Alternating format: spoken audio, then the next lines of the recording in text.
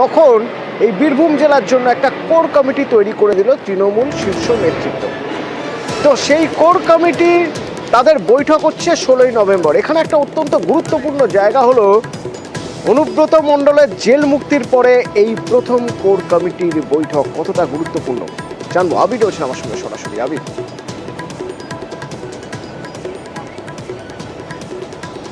দেখো, ফল তৃণমূল কংগ্রেসের ভালো হয়েছে, তবে সেই ভালো ফল ধরে রাখতে গেলে যারা কাজ করছেন, যারা সাংগঠনিক নেতৃত্বে রয়েছেন, তাদের নিজেদের মধ্যে দূরত্ব ঘোচানোটা সব থেকে বেশি জরুরি। এটা অস্বীকার করার কোনো জায়গা নেই, বা তৃণমূল কংগ্রেস নেতৃত্ব করবেন না যে ওপরে যতটাই তাদের মধ্যে সদ্ভাব থাকুক, কোথাও না কোথাও নিজেদের মধ্যে বেশ কিছু জায়গাতে তাদের যে দূরত্ব কোর কমিটির সদস্যদের মধ্যে বা কার কি ভূমিকা হবে তা নিয়ে গত কয়েকদিন ধরে বীরভূমের তৃণমূল কংগ্রেসের রাজনৈতিক অন্দরমহলের মধ্যে বারবার ধরে ঘোরাফেরা করছে। ফলে 16 তারিখে যে বৈঠক হতে চলেছে, সেই বৈঠকের ক্ষেত্রে মূলত দুটো সিদ্ধান্তের ক্ষেত্রে আলোচনা হওয়ার সম্ভাবনা প্রবল। এক, অনুব্রত মণ্ডলের ভূমিকা এবার কি হতে চলেছে।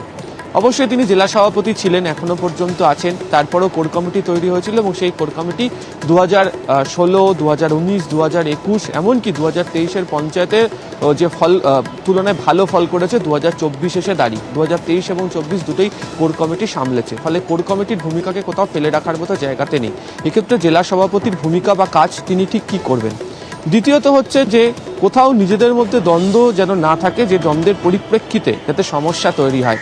এটা ঠিক বীরভূমের রাজনীতিতে জোর চর্চা চলে অনুব্রত বনাম কাজল তাদের দুজনকে নিয়ে, এবং সাম্প্রতিক সময় দেখতে পাওয়া গিয়েছে যে এক নেতার সঙ্গে ঘনিষ্ঠ অবস্থাতে কাউকে দেখতে পাওয়ার কারণে তার পদ চলে গিয়েছে। এই অবস্থাও যদি চলতে থাকে তাহলে রাজনৈতিক ক্ষেত্রে সমস্যা তৈরি হতে পারে। এইগুলোকে দূরে সরানোর যে চেষ্টা, তাও তৃণমূল কংগ্রেসের তরফ থেকে করা হবে। ফলে অবশ্যই অনুব্রত মণ্ডল একটা ফ্যাক্টর। দীর্ঘ সময় ধরে তিনি তৃণমূল কংগ্রেসকে সামলেছেন, বীরভূমের সংগঠনের ক্ষেত্রে ভূমিকা গ্রহণ করেছেন, কিন্তু পারফরমেন্সের বিচারে বা মাপকাঠিতে কোর কমিটিকে ফেলে দেওয়ার কোনো জায়গাতে নেই। ফলে অনুব্রত এবং কোর কমিটি যৌথ ভূমিকা, এবং একক অনুব্রত এবং কোর কমিটি কি ভূমিকা পালন করবে তারই একটা সিদ্ধান্ত বা তারই একটা রূপরেখা 16 তারিখের এই কোর কমিটির বৈঠকে চূড়ান্ত হতে পারে, এমনটাই মনে করছে রাজনৈতিক মহল। এবং তোমাকে শেষ করবো, তুমি জানো যে শীর্ষ নেতৃত্বের কার্যত যে মনোভাব তা স্পষ্ট করা হয়েছে, এবং সেখানে কোর কমিটির পারফরমেন্স নিয়ে তারা যে তাদের কথা সেটা উল্লেখ করেও ইতিমধ্যে জানিয়ে দিয়েছে। ধন্যবাদ। আমি 16ই নভেম্বরের দিকে নজর থাকবে, সেদিন বীরভূমের কোর কমিটির বৈঠক, এবং অত্যন্ত তাৎপর্যপূর্ণ খবর আসছে বীরভূম থেকে। সেই বৈঠকে থাকবেন অনুব্রত মণ্ডল স্বয়ং। এই যে কোর কমিটির বৈঠক, সেখানে অনুব্রত মণ্ডলও থাকবেন। কি খবর পাচ্ছি, আমার সঙ্গে ইন্দ্রজিৎ রয়েছেন সরাসরি। ইন্দ্রজিৎ,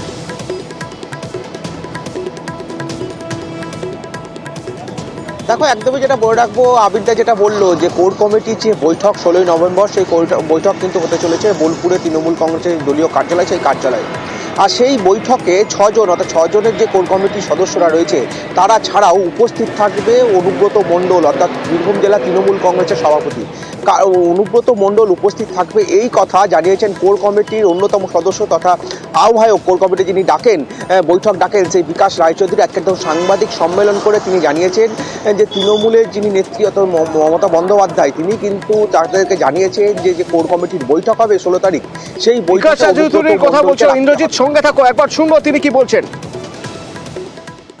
মাননীয় মুখ্যমন্ত্রী মমতা ব্যানার্জি আমাদের দলনেত্রী, তার নির্দেশে আমরা কোর কমিটি বৈঠক ডাকতে চলেছি, এবং সেই বৈঠক হবে আগামী 16 তারিখ বেলা 3টে বোলপুর কার্যালয়। দলনেত্রী যেভাবে নির্দেশ দিয়েছেন সেই নির্দেশ মোতাবেকই আমরা বৈঠকে আমাদের জেলার সভাপতি অনুব্রত মণ্ডলকেও বৈঠকে তিনিও থাকবেন। এই বৈঠকটা আগামী দিনে কিভাবে আমরা আরো সংগঠনকে মজবুত করতে পারবো সে বিষয়ে আমরা আলোচনা করব, পর্যালোচনা করব।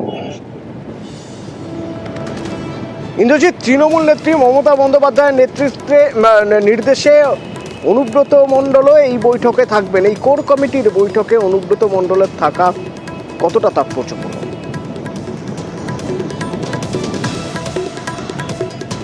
দেখো, একদমই যেটা বলে রাখবো, এতদিন পর্যন্ত অর্থাৎ দীর্ঘ যে 2 বছর অনুব্রত মণ্ডল যখন জেলে ছিলেন, তখন কিন্তু যে কোর কমিটির বৈঠকটা কোর কমিটির সদস্যদেরকে দিয়েই হতো।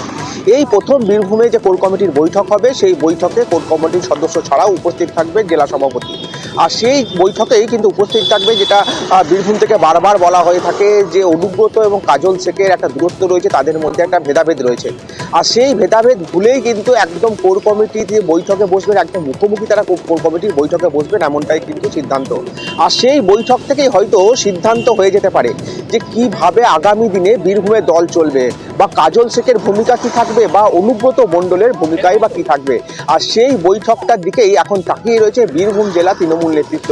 কারণ কেউ বুঝতে পারছে না আদতেও বীরভূম জেলার রাশ অর্থাৎ ক্ষমতা কোর কমিটির হাতে থাকছে, না বীরভূম জেলার সভাপতি অনুব্রত মণ্ডলের হাতে থাকছে।